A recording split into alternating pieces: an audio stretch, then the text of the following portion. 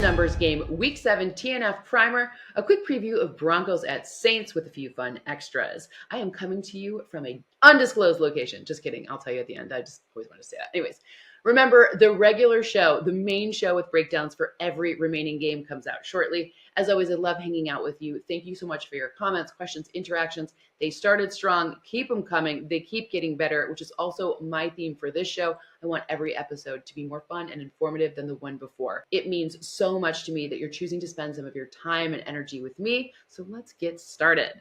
Last week, my model went 12 of 14 straight up, 9 of 14 against the spread, and 7 of 14 on totals. My season total is now 63% straight up, 50.5% against the spread, and 51.1 on totals. The start to Week 7 is a TNF Sean Payton special with his new team, the Broncos, headed to New Orleans to face his former team, the Saints, but with a lot of changes and in a game where the home team is now 2-point underdogs. The swing from the Saints from being a favorite to a dog happened in part due to 17 players being on the injury report as of this taping, including Derek Carr, who was also one last week. The Broncos rookie quarterback Bo Nix averaged 10.2 yards per rush against the Chargers last week. He had 3 runs that went over 10 yards. Overall, he scrambled 6 times for 61 total yards, with 5 rushes being deemed as successful, meaning 83.3% of his runs earned him positive EPA, expected points added.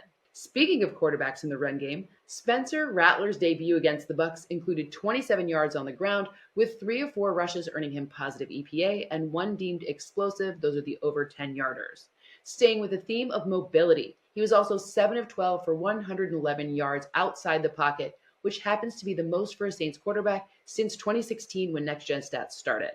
Denver's defense had a whopping 14 run stuffs against LA, with Zach Allen notching 5 on his own. That was good for a 13.2 rate.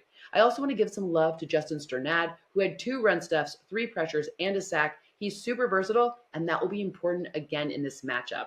New Orleans defense is the only one with 2 players in the top 12 in individual pressures this season. Chase Young has 29 pressures and ranks 6th, and Carl Granderson has 24. He's 12th. If Denver is going to win, they'll have to take advantage of New Orleans defense having a hard time bringing people down, aka tackling. Last week, the Saints allowed 164 yards on missed tackles. That was the most of any team in a game so far this season. They were missing both in the run and in the pass game. Last week, we saw Bo Nix average 10.7 air yards per attempt. That is his highest so far. He was 7 of 14 for 140, 2 touchdowns, and an interception on 10-plus air yard passes. Remember, those are the downfield ones. If New Orleans is going to win, Spencer Rattler will have to start hot again.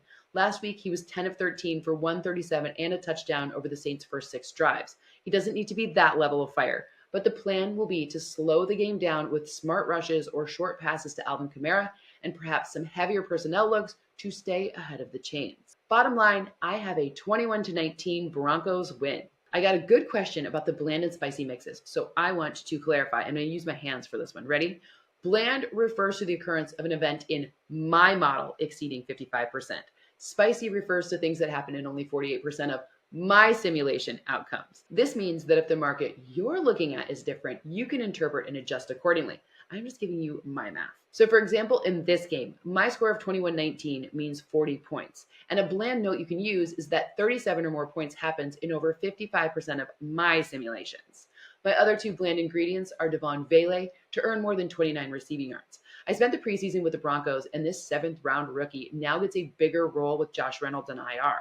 He's also likely to run routes from the slot where the Saints have given up a bunch of yards and yak. See Chris Godwin from last week. And the last bland is Alvin Kamara to catch at least 5 passes. The Broncos have blitzed at the highest rate in the league, and Rattler targeted Kamara 8 times, with 5 being caught last week. Denver has also allowed the second most passes to running backs with 39. Now for the spice. Bo Nix to pass for at least 188 yards. His season average is 180.3, but in 4 of his last 5, he's exceeded 206 yards. The Jets game was the one exception, and remember, that was a weird one.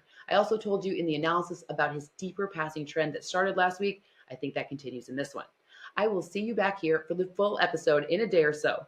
All my numbers will be up to use as you wish on Wednesday. A newsletter is coming and some more fun ads as well. As for where I am, I'm about an hour and a half north of LA. I have a great group of friends from business school, and one of my best girlfriends is putting on an incredible event where founders of startups, mostly tech startups, and investors all get together to make magic happen. They also build boats. That is a story for a different time, and I promise I'll tell you if you want to hear it. Anyways, I also watched Monday Night Football from my phone and pretended not to be distracted. I don't think I succeeded. However, now that I've confessed that, maybe it's okay. Anyways, I felt like I had to confess. I did. We're good. Okay, enough about me. Thank you for hanging out. I will see you back here in a day or so. And if you like this show, please pass it along so we can continue to grow.